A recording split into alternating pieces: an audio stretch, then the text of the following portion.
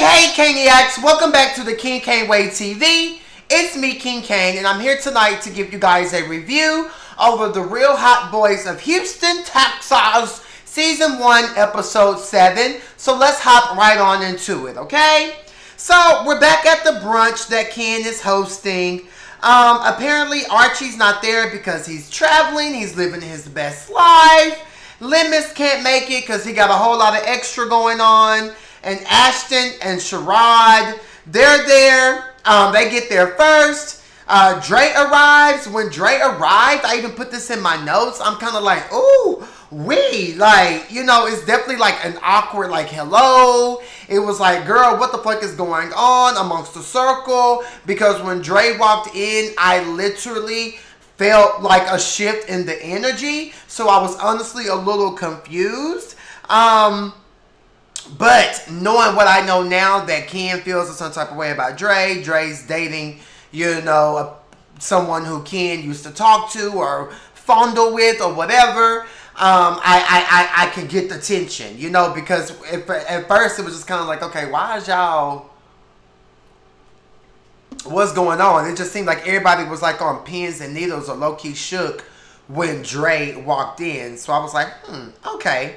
So Ken wants to have this ponderosa. Are we friends or are we not? So let's go around the room. Let's talk about people who are here, not people who ain't here. Because one thing about this group, y'all will say you're cool with this person, but then you go to that person and say you're not cool. X, Y, and Z, etc., etc., etc. So Ken just wants to know, let's go around the group and you bitches need to say if you friends with a bitch or if you not. And that's just period. Like, is or is you ain't. And I love this because I love how you girls can put stuff all on the front table, all on the front line, and let it be what it's going to be. That's period. Ken said that he wants everybody to go around the room and say who is your friend and who isn't right here, right now. August is there along with Braylon. Jordan is not there, so, the girls will not be speaking on Jordan. Light-skinned Jordan, okay? They start with August. August says that he's friends and he's cool with everybody, but he loves his bitch Braylon. And he just feels like he has to watch Ashton because he feels like Ashton low-key messy, low-key shady, low-key sneaky. So, that's his opinion. They discuss tag-along gate, right? And basically, the group is like, well, why are you calling Braylon a tag-along? Why can't he just be August's friend? August's, acting coach. August is such and such. Why is there so much shade being thrown when we talk about Braylon as the tag-along? So, Braylon and Ashton really have this moment, and it's like Braylon is really like low-key breaking down, not crying, but just like, damn, I want to be a part of this group. I want to be around you guys. But when you use words like tag along, it just makes it seem like, you're being funny, you're being shady, you're being mean, you're being nasty. And, I just want to be cool with the girls. I ain't did nothing to nobody. Little Miss Ashton being Ashton, well, child, I called you a tag along because that's how I felt. And whoop-de-whoop-de-woo. But what stood out to me was when Braylon was like, I was hurt. And I kind of feel like, even though sometimes like we do shit in this web reality world that we don't really understand or recognize that, damn, I'm really hurting this bitch feelings. And I kind of feel like Ashton was very dismissive. Y'all know I love Ashton down. I love a shady ass bitch. But I kind of feel like he was being he was apologizing, but the apology was a bit abrasive because it was like, yeah, I'm sorry, but I still feel like you would tag along.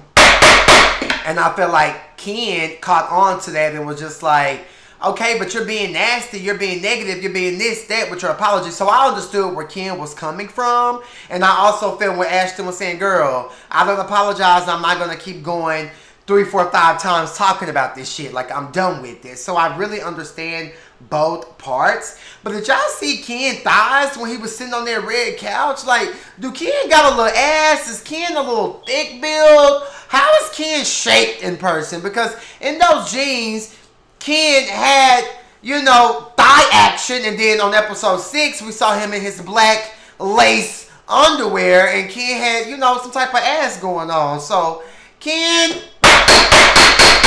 DM me an ass pic on all fours from the bike. I love to see it. Moving on. Braylon is just sitting there talking. We all know this is Braylon's voice. Ashton's like, girl, we'll have tea. We'll talk about it. I'm over it, okay?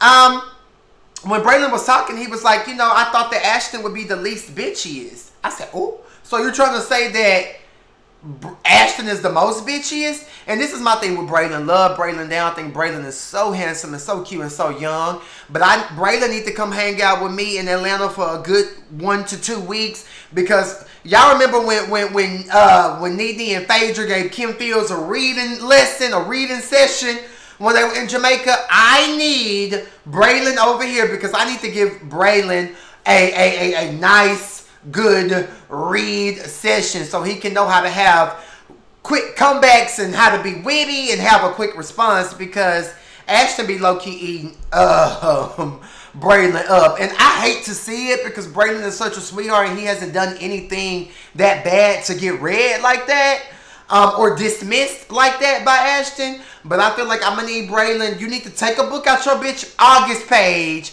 and start speaking your fucking speech, okay? I just think that it's a lot going on.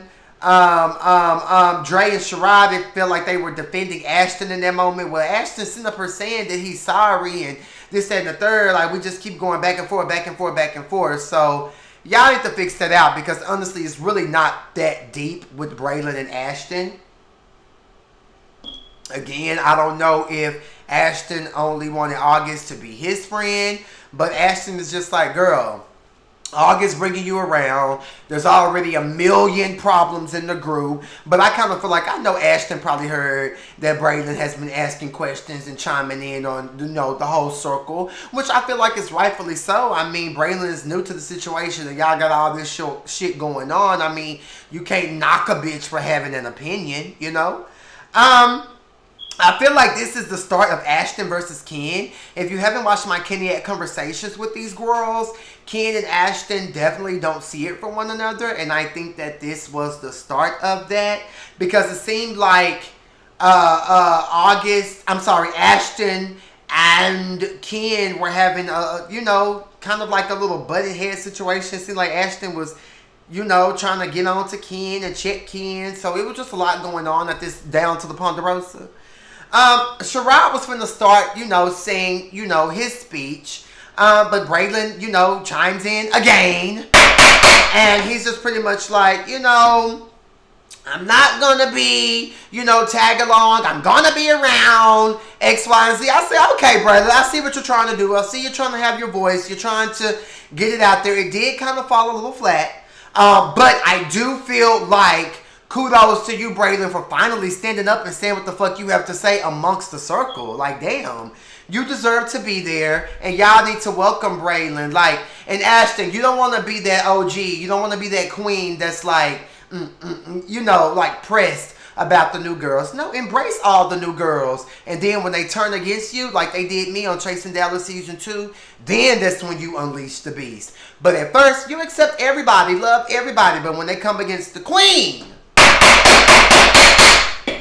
that's when you attack, okay? So, anywho, that's that. Again, Braylon, you need to come hang with me for about a week so I can give you a good old nasty reading session and education so you can learn how to be witty and quick on your feet when you're doing these types of things.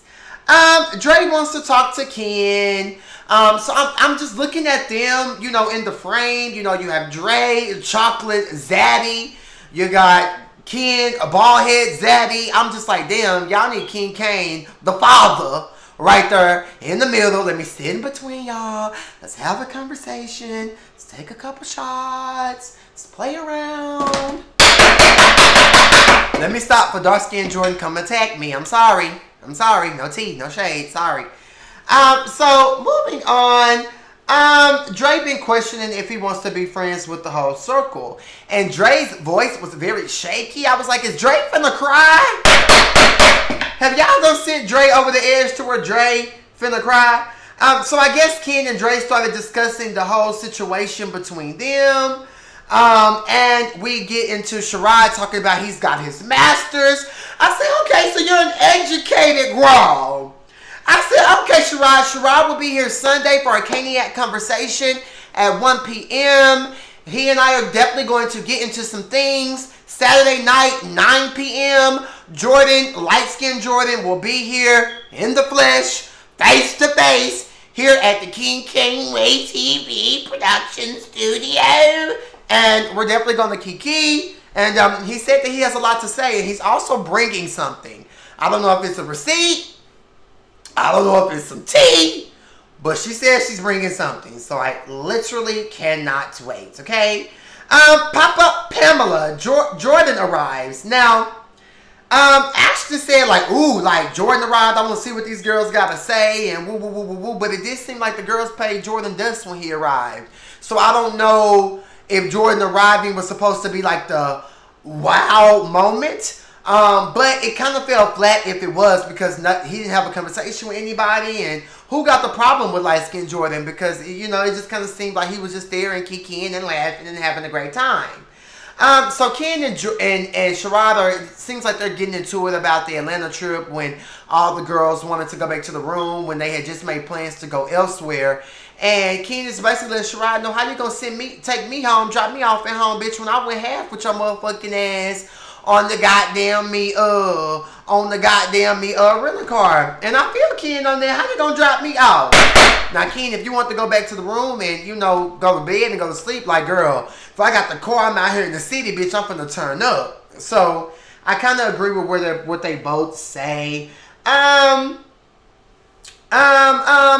think that when Sherrod said that he feels like Ken has some underlying issues, underlying anger issues, I think that's what sent Ken off the goddamn deep end. But Ken, you did decide to do this ponderosa so everybody can go around the room and pretty much just keep it a buck on how they feel and what the T is and XYZ and ABC. So I just kind of feel like, don't get upset and don't get mad when your friend is giving you, you know, their opinion. Now, I do feel like Ken and Sherrod is the closest out of the circle. So maybe Ken was just like, damn, you supposed to be my bitch. Like, how dare you, like, do this? But if your friend can't come and tell you the true tea and the real tea, then without you getting in your feelings, then what kind of friend is that? So Sherrod, you know, he walked off crying. You know, he was like, damn, did I just lose my friend over some fuck shit?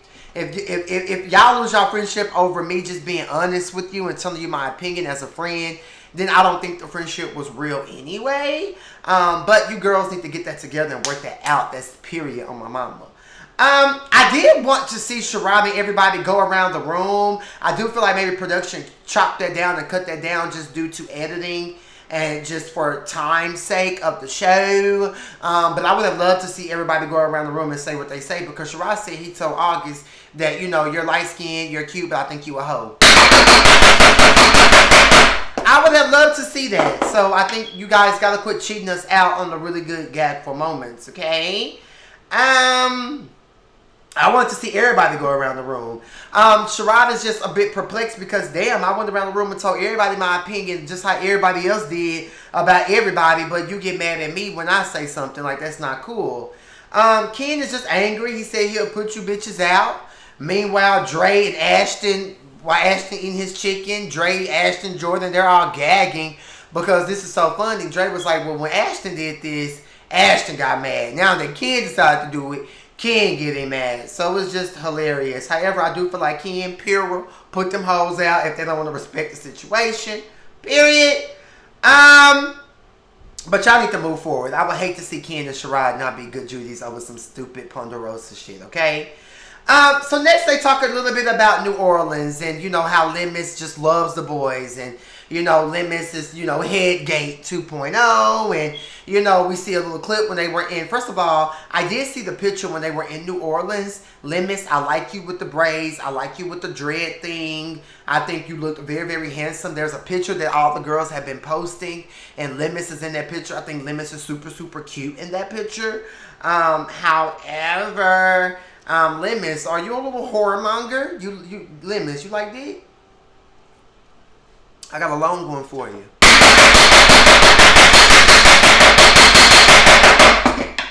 Moving on. Apparently Lemmis is just a promiscuous girl, okay? Allegedly. August, you know, they played the game Fuck, Marry, Kill, and August, and when they were in Atlanta, and August said that he would fuck, I guess, Lemus and Lemus' homeboy. Dre said that, you know, this will be called hashtag Lemus in Atlanta.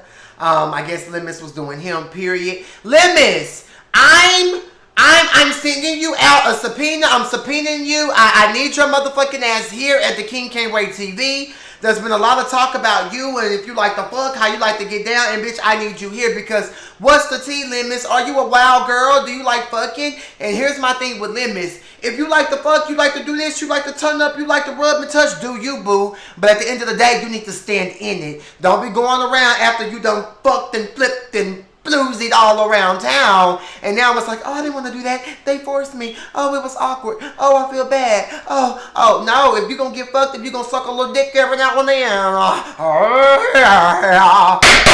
then you need to be able to stand in it. Quit getting fucked and quit sucking and doing what you want to do and then playing that victor role because quite as kept, we all out here fucking. Just stand in it. It is what the fuck it is. Take, like Braylon should take a book out of August page as far as Backbone Gate. I feel like you need to take a book, a page out of August's book as far as owning who the fuck you are. I ain't gonna give you too much, Lemus, because I do like you. I went to your Instagram. You seem very quirky and fun. But how Ashton had to get your ass together in that table, I feel like Ashton was 100% right. Like, don't be doing all that and then making it seem like it's a problem. Like, if you're gonna lay down, then stand in your laying down. Now, hell. So, moving on. Apparently there was a threesome with Braylon, August, and Lemus. I would love to watch, okay? So anyways, the girls go to the beach, okay? Sherrod is a chocolate king. I love to see him on the beach. I love his chocolate physique, his arms, and the six-pack. And, ooh, Sherrod, after your 9 months, would you like to come to Atlanta just to have a conversation? So, Braylon, pull those goddamn shorts down while y'all at the beach. Ashton's at work. Dre's in the studio dropping beats, recording his song Drown Me, which I thought was perfectly splendid. The girls are talking about Ashton and Dre, and it kind of seems like Braylon is the one who's orchestrating this thing. Well, let's just have fun with us. Let's not talk to them. Let's not call them. Let's not kiki with them. And it's like, hold up, bitch. You're new, Braylon. Calm down, because now you're stepping into this whole friendship thing. So that was a little weird to me to see Braylon be like, oh, let us just be us and they'll figure it out. I'm like, no, girl, you're still new. Calm thyself down. But at the end of the day, if Ashton and Dre are forcing themselves out, then bye-bye. Force them on out. Open the door for them, you know. That's all you can do. Dre, when you're getting out of the car at the studio, and just overall, stop looking directly into the camera when you're filming, okay? And this is probably just season 1 jitters, and you'll probably be perfectly splendid season 2. But stop looking directly into the camera when you're filming. Like, you should forget about the camera and just do you, okay? But I do love your Challenger or your Camaro or whatever that is. You look absolutely perfectly splendid going into the studio, okay? Sherrod is having a leaving party. He's going to be deployed for 9 months. I'm definitely excited for our Kitty Conversation Sunday because I definitely want to get more into Sherrod and just him just being like, you know, just this soldier. I love that. Production, I do love the chime-ins, how y'all like fade to a black screen and have the white words to let us know what's going on. I love that. I think that that's good because a lot of times it does get choppy and we do miss out on what's going on. I love that. Apparently the girls say light-skinned Jordan, Ashton, and Dre have an alliance gate. So there's definitely a divide amongst the group. So I can't wait for the reunion. Again, Ashton going in on Lemus about laying down next to people. And something happened the night prior with Kendrick. And something happened with August and Braylon. And then Ashton shut Lemus up because Ashton said, boy, you sound stupid as fuck. Ashton is always getting Lemus together. He just got Lemus together down to the hotel room when they was in Atlanta. When he was like, shut up, Lemus. So Ashton stays getting Lemus together. How old is Lemus? Lemus needs a backbone as well. Lemus, Braylon, I need y'all to come to Atlanta. come over. Let me give y'all a lesson in reading, because y'all just be letting Ashton rip y'all apart. And I don't like it. Archie is gagging. I think that's Archie holding the camera. But Archie's laughing at this whole conversation that they're having. Again, all I want to say is limits, just own it and stand in your truth.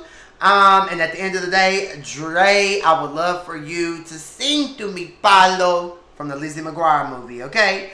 Anyway, guys, that's my review over Real Hotboys of Houston, Season 1, Episode 7. I love you all. Subscribe to my channel. Become a goddamn member of the channel. Cut your notifications on. Hit the bell. Get you a Pura hoodie. The link is in the description. Also, come out to my free fashion show / pop-up shop on March 14th. I love you all. God bless. Peace.